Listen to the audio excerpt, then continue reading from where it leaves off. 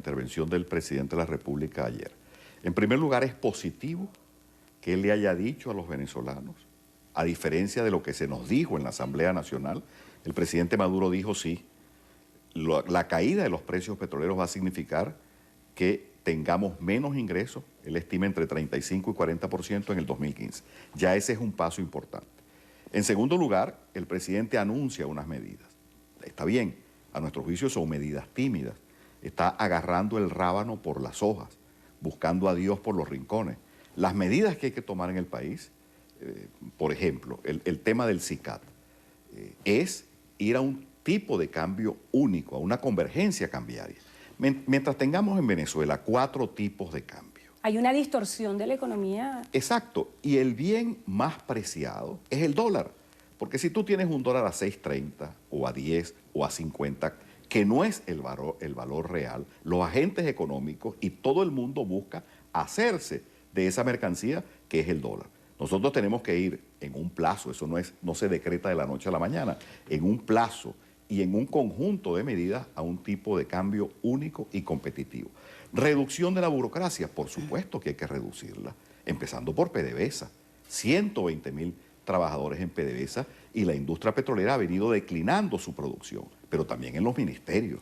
¿Cuántos ministerios tenemos? ¿Cuántos viceministerios, despachos? Eso hay que hacerlo, pero hay que ir a cosas más drásticas.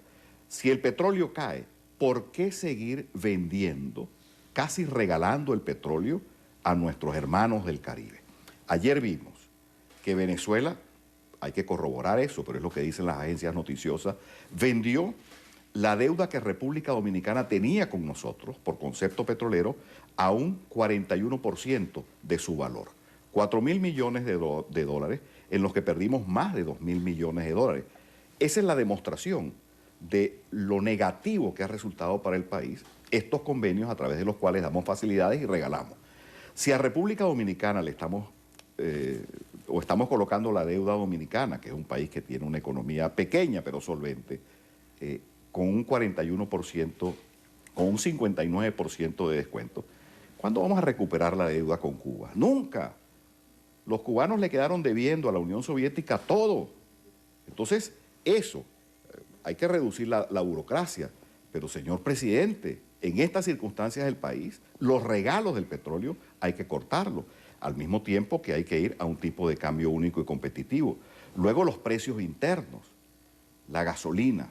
Se ha venido diciendo, nosotros estamos regalando la gasolina en el mercado interno con una pérdida para el fisco demasiado grande. Esas medidas, entre otras, hay que afrontarlas y luego orientarnos a la reactivación del aparato productivo. Nos agarra esta caída petrolera con un país altamente importador. 40.000 millones de dólares en importaciones en el 2013. Nosotros estamos gastando en DRINA y venezolanos alrededor de 70.000 millones de dólares al año en importaciones y pago de deuda. Y tenemos reservas de 22.000 millones de dólares. Es decir, el pulmón financiero de la República es para 3 meses. Es para 3 meses. Entonces, allí hay que hacer un reordenamiento de la economía y estimular el aparato productivo interno. Eso lo estamos planteando desde el ángulo de la alternativa democrática. ¿Con qué interés? Uno, que se le diga la verdad a los venezolanos. Y lo otro es, si el gobierno toma medidas para reorientar la economía, salvaguardar los intereses de los sectores más golpeados por la desigualdad social, aquí están las manos de la alternativa democrática para acompañar esas medidas, porque a nosotros no nos interesa crecer sobre la miseria de los venezolanos. No es cierto que en la medida que al gobierno le vaya mal y que al país le vaya mal, a la oposición le va bien. No, nosotros queremos ser un factor de alternativa porque nuestras propuestas son más convincentes, más viables que el socialismo del siglo XXI. Diputado, hay varios aspectos importantes en esa respuesta que usted nos da. Uno de ellos es que el Ejecutivo Nacional y los distintos voceros del gobierno han sido enfáticos en decir que esta situación de crisis no pondría en riesgo en ningún sentido la agenda social que adelanta el Ejecutivo Nacional. Desde la oposición, desde la alternativa democrática, como usted la denomina, ¿piensa que sería necesario hacer ajustes en la agenda social que lleva adelante el gobierno nacional? Lo vengo de señalar. Hay que tomar medidas de reordenamiento de la economía que tendrán impacto social. Aumentar el precio de la gasolina. No entremos en detalles sobre eso. Tendrá impacto en el transporte y en la inflación. Pero al lado de esa medida, dentro de un conjunto de medidas, hay que salvaguardar los intereses de los más golpeados, de los hogares más humildes, con medidas sociales. La principal medida social es la generación de empleos productivos, reactivar la economía interna, la agricultura, las empresas básicas, el turismo, entre otras, la infraestructura, la construcción, dando incentivos, seguridad jurídica, respetando el marco constitucional. Esa es la medida social más importante que los países toman. Ahora, al lado de ellos, por supuesto, hay que tomar otro tipo de medidas para sectores específicos, subsidios en determinados alimentos, mejoramiento de los servicios hospitalarios y de educación. Ahora, ¿eso conlleva a qué? A una agenda económica, política y social en la cual todos los venezolanos rememos en la misma dirección. Si el gobierno se niega, como lo ha hecho hasta ahora, a reconocer la dimensión, la gravedad de la crisis, si el gobierno insiste en negarse al diálogo, es decir, a no reconocer a la otra mitad política del país, a negarse al diálogo económico con Fedecámara, con los trabajadores, con los empresarios, con los agricultores, a seguir persiguiendo a los medios de comunicación, a seguir acosando, a seguir descalificando e inhabilitando a diputados como Richard Mardo, Juan Carlos Caldera, amenazar a María Corina Machado. No estamos creando las condiciones para ese diálogo político, social y económico que requiere el país. Y nuestro llamado desesperado, Endrina, porque la situación del país es muy delicada y va a ser peor en el 2015 porque dependemos del petróleo y el petróleo se está viniendo al suelo en sus precios. Ojalá se detenga allí, ojalá rebote, nadie lo desea, pero hay una realidad concreta. La cesta venezolana se está vendiendo a $60. Si el gobierno no abre los ojos y abre las manos y abre las puertas a un entendimiento nacional, la crisis política y social se va a avivar y nosotros no estamos interesados en eso.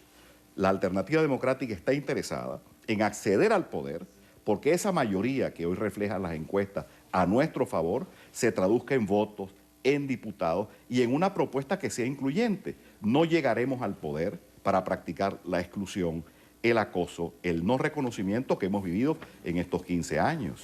Acerca del anuncio que hacía también el presidente de la República el día de ayer, estaba entre líneas también la creación de una instancia para las exportaciones. ¿Qué opinión le merece a usted la creación de esta instancia?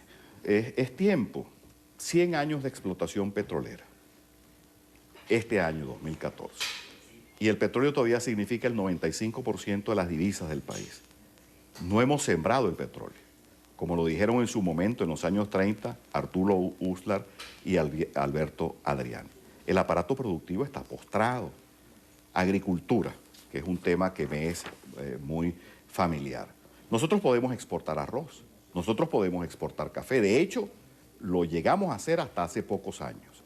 Pero si no hay para los productores de arroz un precio razonable, para los procesadores agroindustriales, respeto a la propiedad, cese de las confiscaciones, abastecimiento de insumos, no podremos exportarlo. Entonces sí, necesitamos exportar más arroz, más café, más hierro, más aluminio, atraer inversiones. Pero eso requiere un ambiente político, un clima político de sosiego y un gran acuerdo nacional. Estamos a tiempo, porque la crisis es severa y se nos avecina, para aprovechar esta circunstancia, para que la crisis por la caída de los precios petroleros pueda llamar la atención del liderazgo político, económico, religioso, de los medios de comunicación, para un gran acuerdo nacional y ver al país a 20, 30 años, un país diversificado, un país generador de empleo, con servicios que funcionen, con respeto a las instituciones que sean estas poderosas. Ese es el país que todos los venezolanos estamos soñando. El llamado ¿Cuál es el primer paso?